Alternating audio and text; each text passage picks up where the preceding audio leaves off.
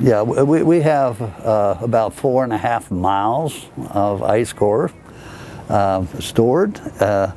We have drilled in 16 different countries, and in addition to Antarctica and Greenland. The oldest core we have out there is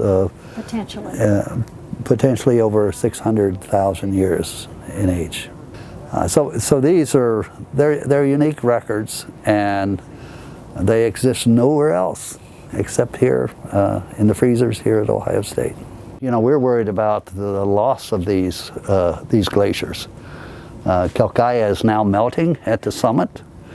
Back in 1983, it wasn't.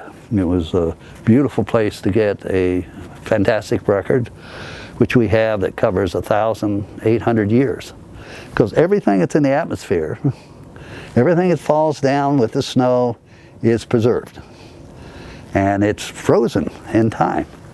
So, you know, things that looking at biodiversity, how things have evolved through time. In the low latitudes, pollen tells us about vegetation and how it's changed. So they're really fantastic records. Unfortunately, they're disappearing. And it doesn't matter which glacier you look at. You can see if you go from, these go from 1975 to 2020, and you can see how they're all disappearing. And they will disappear. And the only collection will be here in this freezer.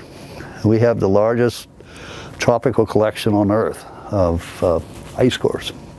Those cores that we have in storage have the potential to answer questions that we haven't even thought to ask yet, we meaning the scientific community, and we'll eventually be able to make measurements on those cores that we can't make today, that we haven't even thought of making them, because the instruments that are required for those analyses don't exist.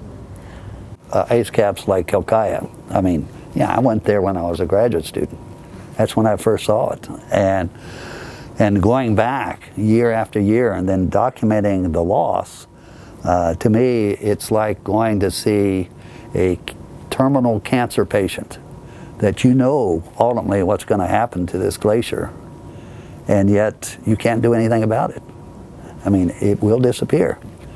And so the best you can do is to document that history, and if you're lucky, preserve a segment of that history for the next generation to study things that we haven't even conceived of.